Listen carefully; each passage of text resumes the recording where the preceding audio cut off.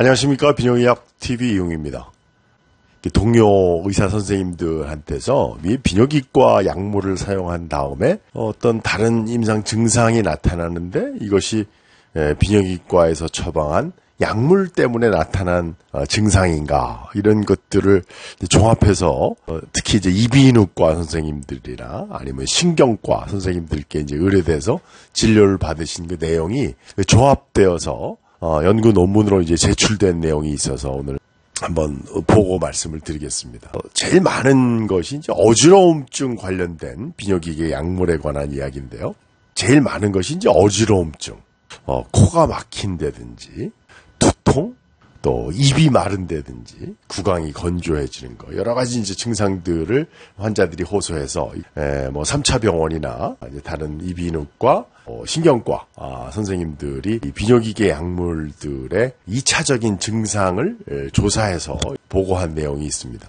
가장 먼저 지적받는 것이 이제 전립선 배뇨장애 약물로 사용되고 있는 탐슬로신이라고 하는, 하루날 D라고 하는 이 오리지널 약이 탐스 들어가는 이제 복제약들과 함께 앉았다 일어날 때 어지러운 그 기립성 저혈압을 일으켜서 어지러움증의 가장 흔한 원인이 되고 있습니다. 이 전립선 배뇨장애 때문에 나이 드신 분들은 중년 이후에는 이제 어지러움증, 젊은 분들에서는 이제 코막힘 증상 때문에 약을 먹기 힘들다, 이런 경우들이 꽤 있습니다.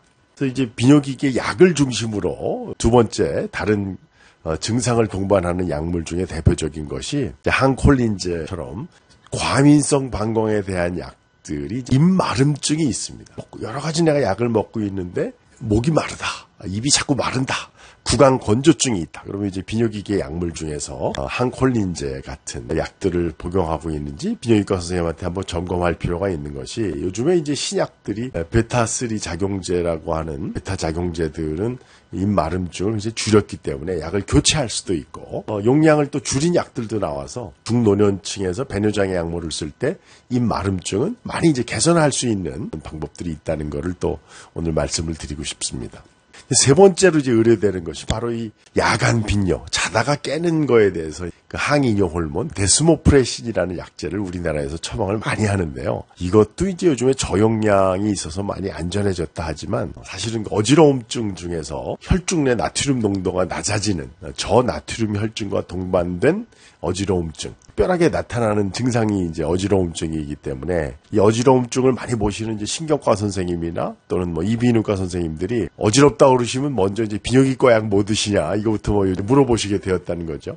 야간 빈뇨에 관한 데스모프레신 제제를 쓰고 있는 분들, 그러니까 어지러움증이 동반되는데 비뇨기과 약물을 복용하시는 분들은 반드시 한번 체크를 해서 이 탐슬로신 제제나 아니면 데스모프레신 제제를 이제 감별을 해서 약물을 조정할 필요가 있습니다. 그리고 이제 마지막으로 발기부전 치료제, 비아그라나 시알리스, 특히 이제 요즘에는 저용량 시알리스를 매일요법을 하다 보니까 장기적으로 투약하면서 약간 코막힘 또는 약간 머리가 띵하다 정도, 또 시알리스 같은 경우에는 근육통, 허리 근육통이나 이제 다리로 뻗치는 근골격계 증상이 있기 때문에 비뇨기계 약물을 드신 후에 여러 가지 임상 증상이 나타났을 때 지금 현재 병용하고 있는 약물을 조사했을 때 비뇨기과 약물을 드시는 것이 이제 지적을 받았다 그러면 처방하신 비뇨기과 선생님과 한번 의논할 필요가 있고요.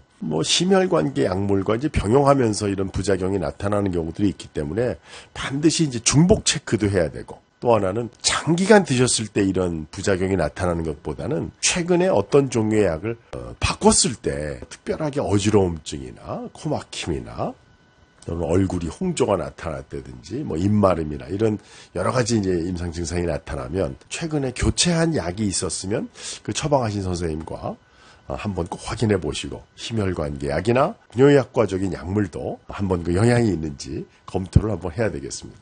장기간 복용하고 있는 비뇨기과 약물에 다른 임상 양상이 나타났을 때, 어지러움증을 대표로 하는 다른 여러 가지 증상이 나타났을 때 어떤 약이 원인이 되는지 한번 검토를 필요로 하는 증상들에 대해서 한번 말씀드렸습니다.